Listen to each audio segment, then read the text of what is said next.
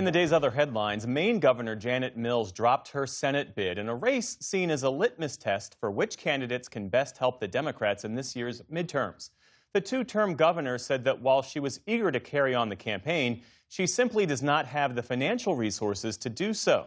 That leaves oyster farmer and political newcomer Graham Plattner with a clear path to the Democratic nomination. He's vowed to work with Mills in unseating the Republican incumbent. We need to beat Susan Collins. That's what this project has been about since the beginning. That is exactly what the governor got in it to do as well. And I think we all at this moment need to come together and recognize that building power for working people across the state, that's how we're going to do it. The 41-year-old military veteran held a strong lead over Mills in the lead-up to the June primary. That's despite controversy over past online comments about women and a tattoo he has since covered, widely seen as a Nazi symbol, though Plattner says he was unaware until recently that the image had been associated with Nazi police. Maine is a key state for the Democrats should they hope to retake control of the Senate this fall. In Texas, officials at Camp Mystic are dropping plans to reopen this summer amid outrage by family members who lost loved ones in last year's flooding. In a statement, camp leaders say they want to give families more time to grieve. The decision comes just weeks before it was set to welcome hundreds of campers. And it follows days of tense hearings in which state lawmakers grilled camp officials over their handling of the disaster.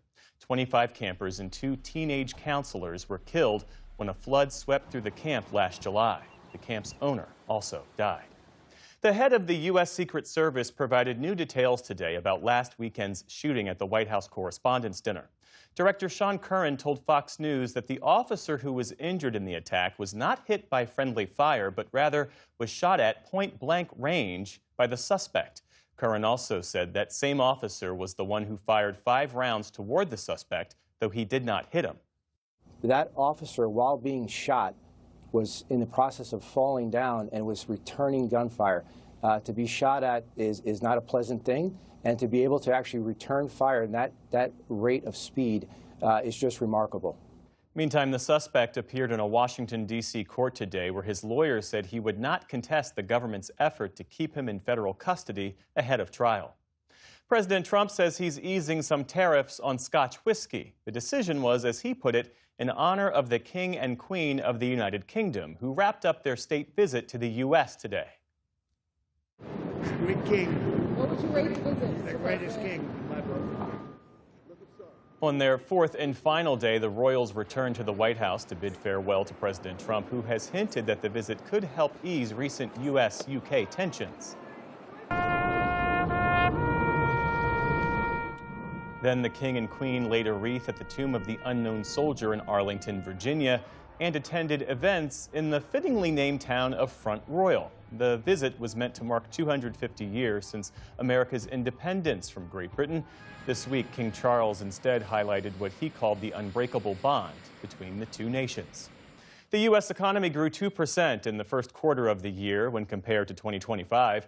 Economists say business investment and government spending helped drive growth, though the impact of the war with Iran is likely to weigh on the economy moving forward. Also today, a closely watched reading on inflation hit its highest level in almost 3 years last month as gas prices soared. Meantime, on Wall Street, stocks rallied today despite the latest spike in oil prices. The Dow Jones Industrial Average jumped nearly 800 points on the day. The Nasdaq added more than 200 points. The S&P 500 closed out its best month in more than 5 years. And J. Craig Venter, the maverick scientist who played a critical role in sequencing the human genome, has died. In 2000, his company Celera achieved the feat faster than the government-funded Human Genome Project, and Celera did it using Venter's very own genome. The accomplishment was a major advancement in the understanding of human diseases and their origins. In 2007, he told the News Hour about the benefits of his work at a time of public skepticism surrounding the study of genetics. It takes us in a step of public accessibility of this information versus it only being in secret databases. And it sends an important message to the public. You don't have to fear your genetic information. J. Craig Venter's namesake institute said he had recently been hospitalized for side effects from cancer treatment. He was 79 years old. And singer-songwriter David Allan Coe has died. You never even called me by my name. I miss anybody, Mama?